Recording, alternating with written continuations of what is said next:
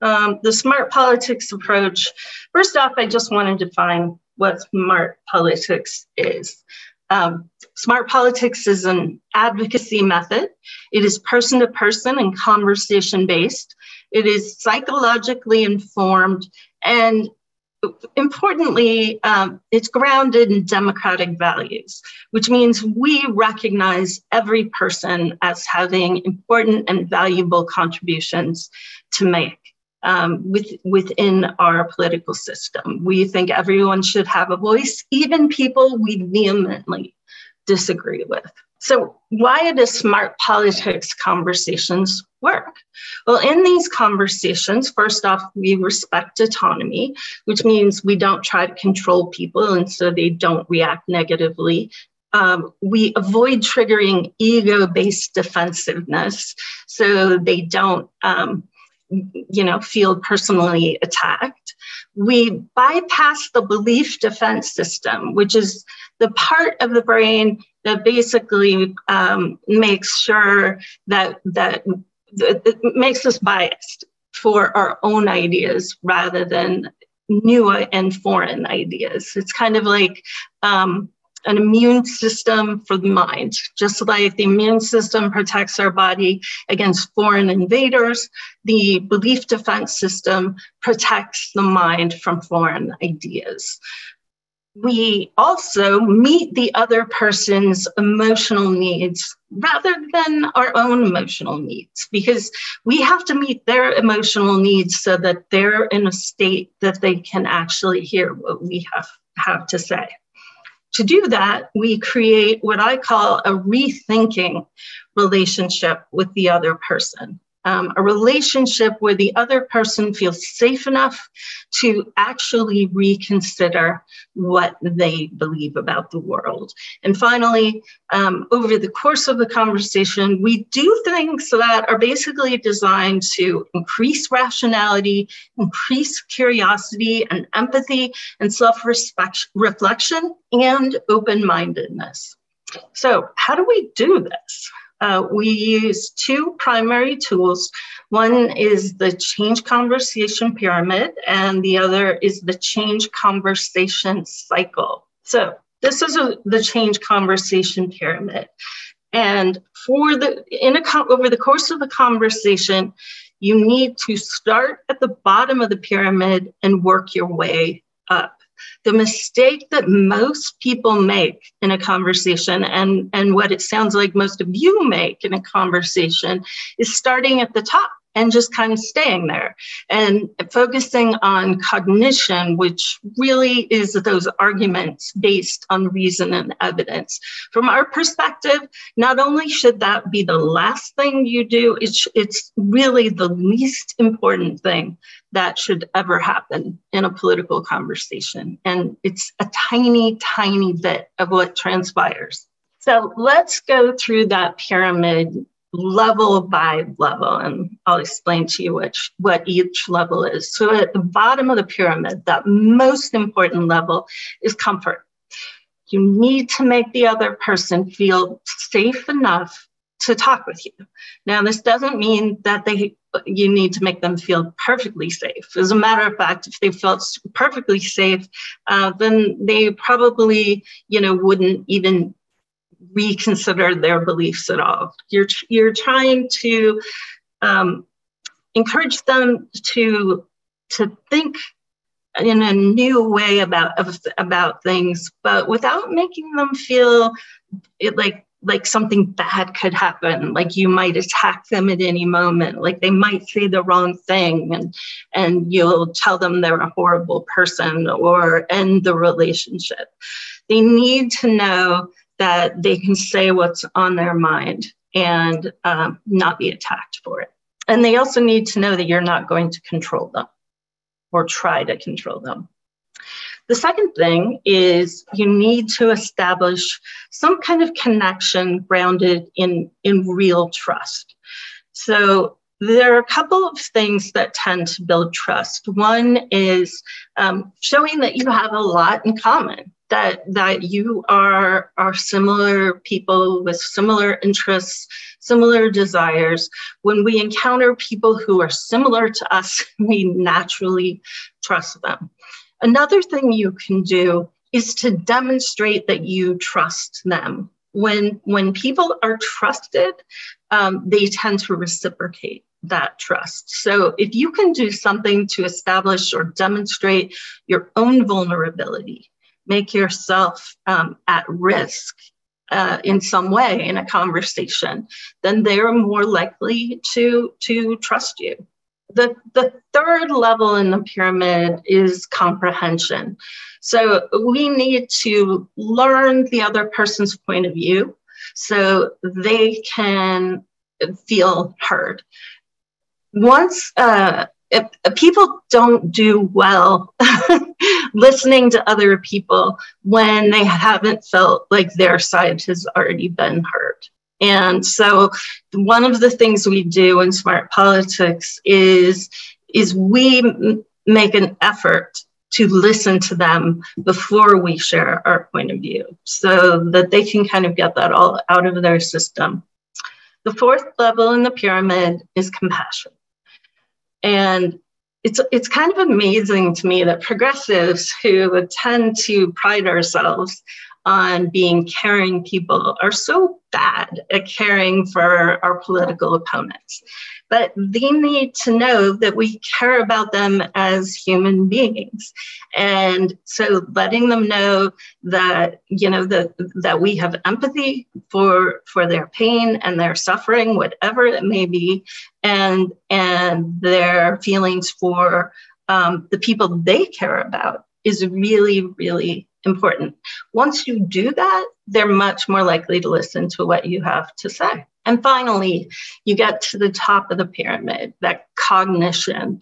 And for that, what we do is we don't argue, we don't debate, we don't offer reason and evidence, but we gently encourage rethinking. And we have a whole bunch of tools for doing that. But the most important is encouraging people by sharing personal stories that kind of shift the narrative. All right, so now let's do the hand. Adam Meal, hey. Yeah, hi. Hi. I really appreciate you mentioning cognition because I feel like pretty much that's the world I live in, just as you said. Everything's about how to get somebody to make a decision that you need them to make for, obviously this is personal, but for me, it's for the greater good. It's for the longevity of society and even for our species, because I find that the work that I've done in the past has escalated to a level where it's become a very dangerous environment to live in. And most Americans don't seem to understand that politics are the weapon these days. I mean, we all know about misinformation. We've all heard about weaponized data, right. but most people don't know what that really means. I mean, fake news isn't just fake news. There's a key component missing, and it actually is behind the scenes, behind, I think, the umbrella of cognition. And for me, I'm wondering, how do I get the people that need to be influenced to change our laws and our regulations, policies, everything revolving cognition, decision-making, neurological control and influence? How do I get that change made? Because I don't like to scare people, but I know too much and I know where the trajectory we're headed in. It's going to kill a lot of people. It's very scary for me and I feel a huge burden on me, and I really take the punishment for trying to expose it years ago. But I still feel like it has to be done. Yeah, I hear you, and you're right. There is a lot going on with misinformation that is really scary, and I think it all comes down to organizing. Like that's how we make change. B. Ellis, okay, Dana. Oh, I'm sorry. I had trouble unmuting. I got a little window there. Okay, so my question is, I've done some persuasion. The problem I was having, I'm going to use a personal story with my mom. So she's 96 and she won't get vaccinated.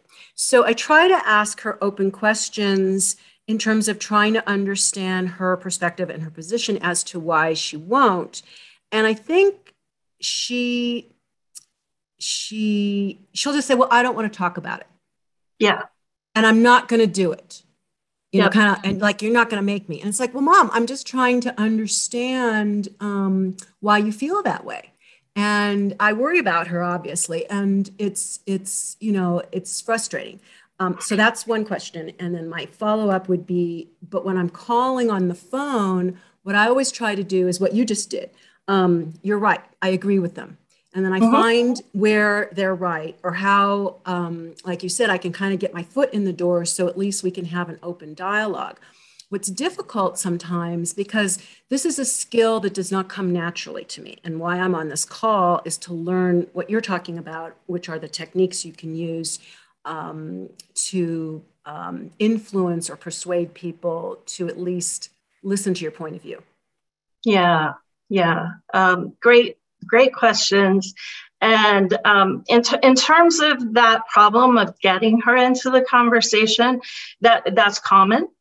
And you have to be really patient. And sometimes I find it can be helpful to name the anxieties. Like, to be honest, maybe that you haven't always been super respectful. To be honest, that you know she's worried that you're going to try to force her and tell her she's wrong, and meet her there by saying, you know what, I've been working on my communication skills, and so I'm going to do my best not to do those kinds of things. Ultimately, though, it's up to her. If she doesn't want to have the conversation, you can't make her. So taking that pyramid in mind, which are the things where you spend most of your current, in your current conversations, where are you spending most of your time and energy?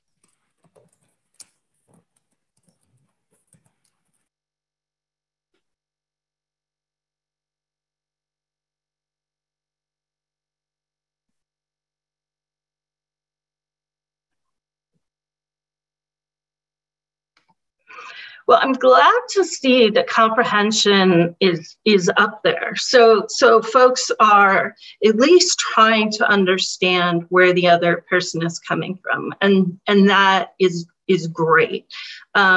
What's probably most concerning to me here is that comfort and compassion are so far down the list of priorities. So as I said before, comfort should be the first thing. That should be number one in where you're spending your time in your conversations. And it's just not happening. The second big tool that we use in smart politics is the change conversation cycle.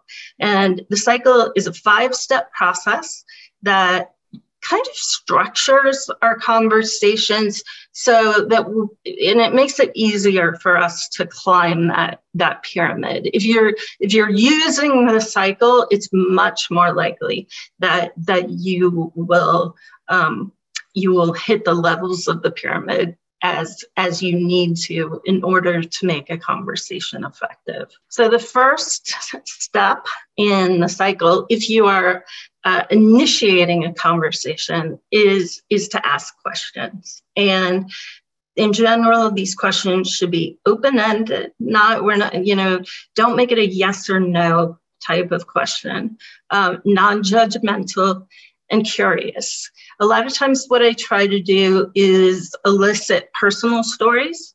So I'm trying to find out maybe how a person developed their opinions on a topic. When did they first start thinking this way? How did they learn about it in their childhood, perhaps? Or, how have their beliefs fluctuated over the course of their life and how have their experiences influenced that, for example. The second step, of course, after you ask a question, you need to listen to the answer. And the listen point is where you begin with the cycle if the other person is the one that initiates the conversation. So if they start, you need to begin by listening to what they have to say. And when we talk about listening in smart politics, we're not talking about listening to rebut or listening to respond or just taking turns talking. We mean listening to understand. So taking in everything the other person has to say until we have achieved kind of mastery of it at some level. So we don't interrupt when they're talking, and we basically let them talk as long as they want. One of the things I like to do is, even if a person stops talking, I will often say, is there anything else you think I should know about this topic before I move on to a place where I'm actually sharing my perspective? The next step after listening is to reflect. And reflection is basically summarizing back what the other person has said to you. And you summarize in order to do two things. One, to check your understanding, because it very well could be that you did all that listening and ended up not really getting it. Your comprehension may be off. And so when you summarize what they said, they can tell you either yes or no. And so it's a way of getting clarification. But the second thing it can do is it demonstrates to the other person that you really are listening to them. And that is incredibly powerful. That generates a lot of positive feelings, a lot of goodwill, and it's a way to strengthen and build that connection between you. Some of the things you can do in a reflection to make them even more powerful is to name the other person's feelings. So you're not just saying, reiterating the argument, but actually saying, and you feel really angry about this, or you're worried about this, or you're really passionate about this. And that can be important. And sometimes even going as far as acknowledging implicit content. The fourth step in the cycle is to agree. And I know this can be really hard. And some of you are going to ask, well, how can I possibly agree on, guns or, people who say that the election was stolen? How am I going to find ways to agree in that? And the way you do it is by focusing on three things: goals, values, and emotions. You can almost always find something in those three categories to agree on. Where people tend to have a lot of trouble finding agreement is on policies, politicians, parties, and these days, even facts. And that's okay. Just let those sit on the side. You don't even have to address them. Just focus on the things where there is agreement. And again, this is a way of building up goodwill and trust. And the final step is, after you've gone through all of that, is to share. And again, even at this point, we don't argue with facts or reason, because basically you undo the whole pyramid that you built as soon as you do that. But instead, we shift the narrative with a personal story. So we tell about some event that we've had in our own life, or someone we know has had in theirs, or maybe somebody we even read about. And we tell that story that shines a slightly different light on the issue under discussion. The reason we use a narrative rather than facts or reason is because, one, narratives are more compelling and more memorable. Two, you can convey facts through the course of a narrative that otherwise people would argue with. And three, it kind of bypasses the belief defense system. Things get through that otherwise would get blocked. Oh, and it's also really important for empathy. It's very hard for people to empathize with reason and facts, but they can empathize with characters in stories. So in your current conversations, what do you spend most of your time doing? And rank these from most to least common.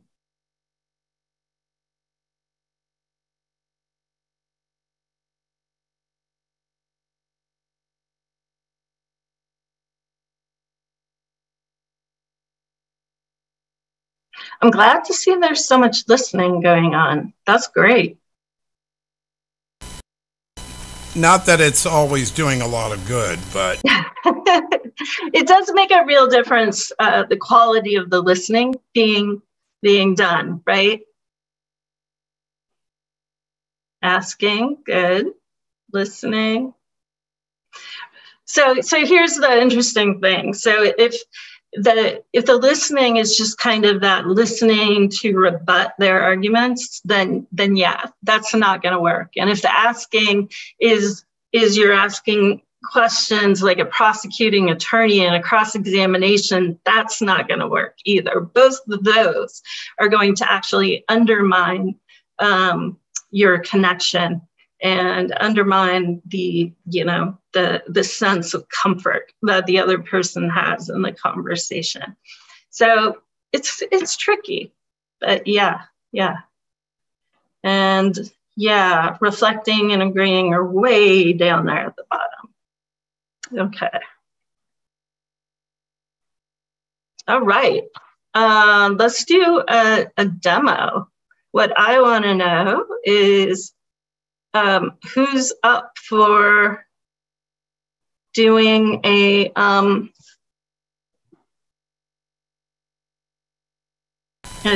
dialogue, being, channeling a loved one. Like a demo? The demo, right. So I will be me, but I need someone to play a difficult person to talk with. She's looking for someone to play a MAGA Trump supporting type kind of person. All right. Looks like Jeffrey is very eager. Is it Jeff or Jeffrey? It doesn't matter, Jeff or Jeffrey. Okay. Do you have a particular topic you want to converse about? Well, this whole thing that you presented sounds delightful. It sounds wonderful and very effective when it's conservatives and liberals, or liberals and conservatives, or independents or libertarians. All of those groups, the various groups, even like far right, I think what we've wandered into in this society at this current time isn't so much con versus lib or libertarian versus, independent. I think we've progressed past that, but more on that in a moment, because the person I'm thinking of role-playing is not any of those. Okay. And that's because we've kind of encountered I read something in the Washington Post today about a lady who calls herself Burn It All Down. I read that piece too. Okay, and I'm encountering a lot more of those people. They're like from another planet. They're hearing a narrative. They have a narrative of like, oh, did you see the video of Hillary pulling a girl's face off and wearing it? I mean, how do you listen, reflect, agree, and share when the narrative is like from another? But I'm going to role play. Well, so just to answer that question, this is where it comes in really handy that I'm trained as a psychiatrist. So, it really is the case that psychiatrists use very similar tools to these, right? And we use them with people who are legitimately delusional and psychotic. It can work. So let's go ahead and do it. All right. What is the topic? Well, the country's about to turn communist, and I think you libtards are... Okay. I got it. I'll just start off with a question. All right. Hey, Jeffrey. We haven't talked in a while, and I know that you have a lot of strong opinions about politics. So what is on your mind these days? Well, you communists are out to destroy the country, and now you're exploiting little children for like a sex operation, and you're drinking people's blood and eating babies. We have to stop you, because you're out to destroy the country, and you're going to plunge us into a war because you leftists think you're in control of everything, and it's our patriotic duty to stop the baby eating and the blood drinking and all this other evil stuff that you're doing. Well, okay, so Jeffrey, what I'm hearing you say is that Democrats are, and leftists, I guess, are doing a lot of really horrible things. Things that sound like, I agree with you, are absolutely unthinkable. So you said like killing children and drinking children's blood, is that?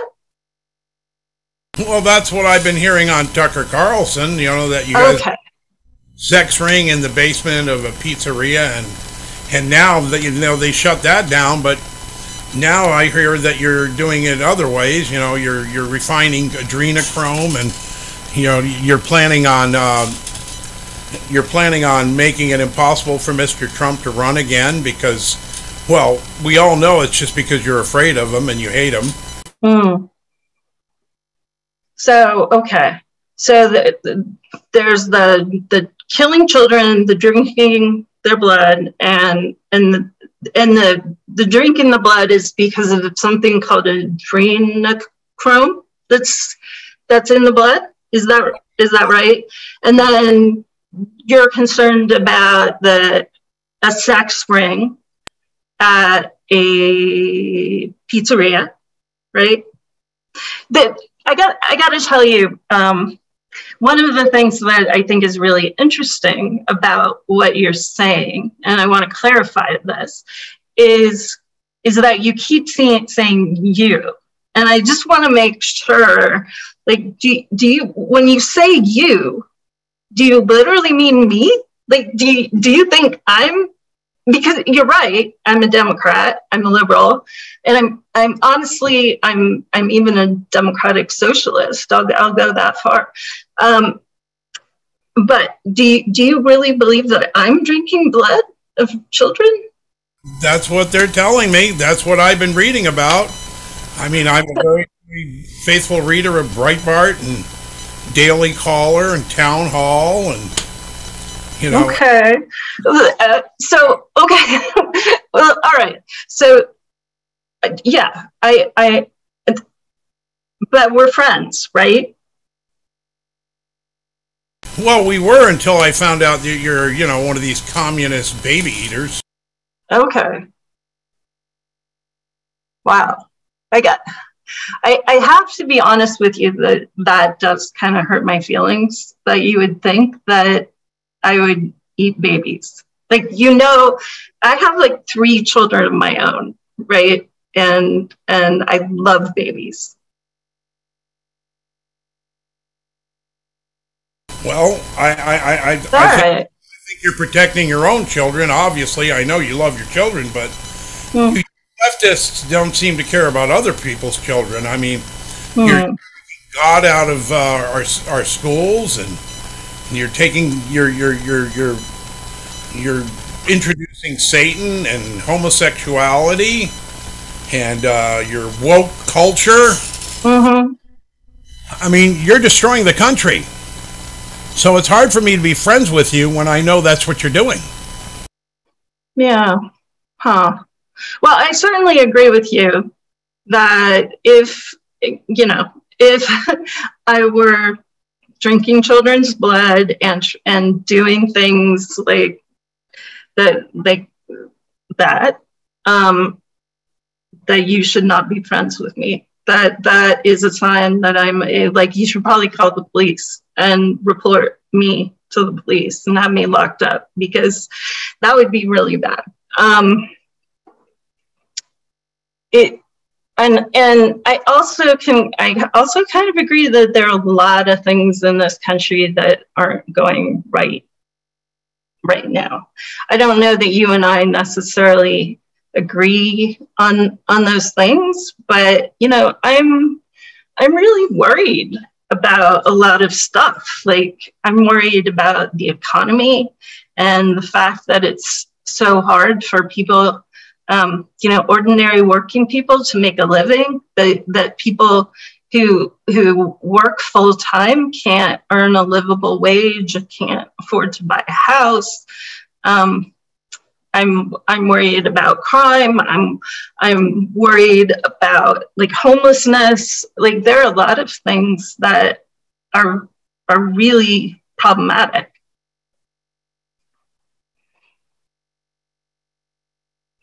Well, I think if you leftists would just let us run things, we could solve all the problems. I mean, Trump was going to solve all of our problems. Mm-hmm.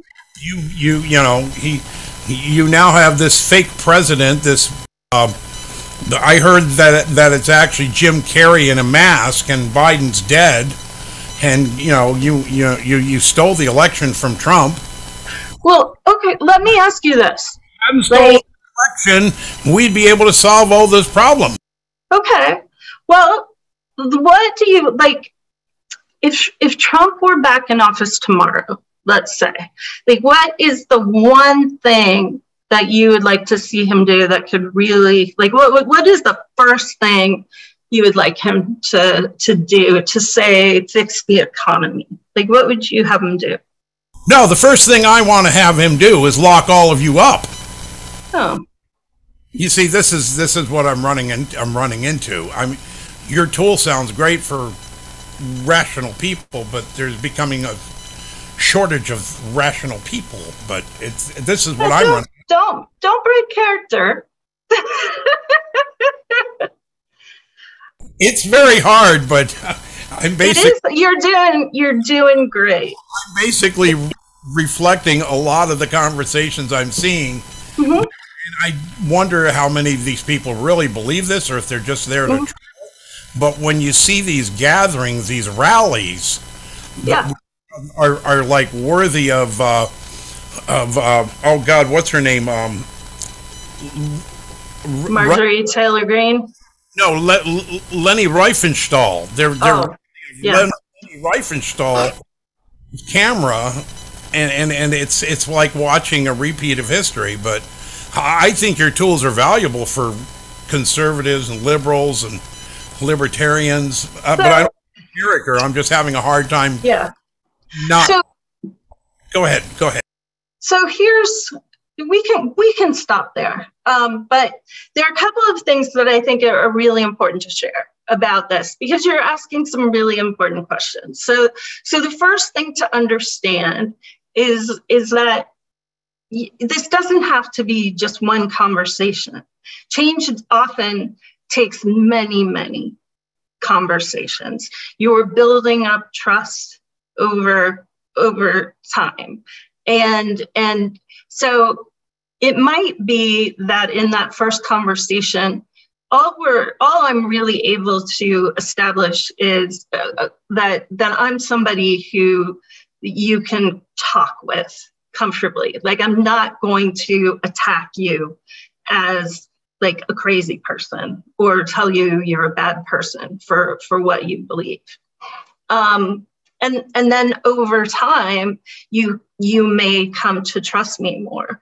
I have a podcast called the Smart Politics Show, and there's a woman who's called in a couple of times who's to talk with me, who I think very much fits your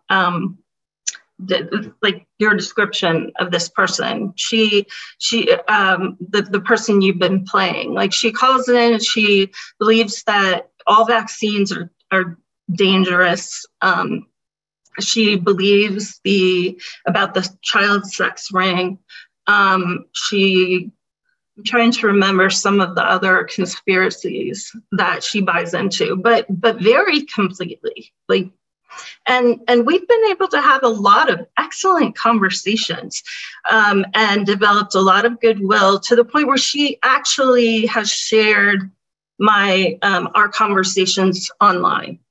And so she has connected with me emotionally and is very grateful for the fact that I treat her as a human being, because she's so used to being just attacked and treated very poorly by people on the left. And the thing is, that is where the shift happens. We tend to think that what really matters is reaching people at a cognitive level. That's not how it works. Cognition follows emotion. If you can connect with people at a personal level so that they like you as a human being and develop trust for you as a human being, they will naturally gravitate toward your way of thinking. And they'll want to think more like you because they like and respect you. I think I actually heard some of what you're describing when Sarah Silverman, the comedian, did her The Country tour a few years back, and she was advancing a lot of the same principles. It seemed like 2-3 years ago, when she was on this tour, it was working a lot better. So I'm not discounting any of what you're talking about. Mm-hmm. I guess what I'm describing is that the shift has gone to the extreme so much more in the last year or two. I mean, yeah, I think you're right. There are more people who have fallen down the rabbit hole, as it were. And the thing is they're now getting funding to run these playbooks. Like it's almost like a Rwanda playbook, where in the run-up to the Rwandan genocide, they describe these people as cockroaches. Mm-hmm. 10 years ago, when Obama first got elected, there were little quiet whisperings about, civil war, or this could set off this, or whatever. But now in the last year, it's been out in the open. Yeah. The guys in January 6th were wearing T-shirts said, "This is the Civil War." Yeah. No, that's very true. So I guess that's all I'm saying. I did play an over-the-top role, but you even admitted you've encountered at least one person that is very much like that. Yeah, absolutely. And so it takes time. You gotta hang in there, and it's not easy, and people aren't going to be changed in a single conversation, but for the most part. But it definitely can work, no matter how far gone the person is. So for the same reason that I'm able to talk with someone who thinks that they have, a microchip planted in their brain by the FBI, right? Okay, so thank you so much for that. That was great, Jeffrey.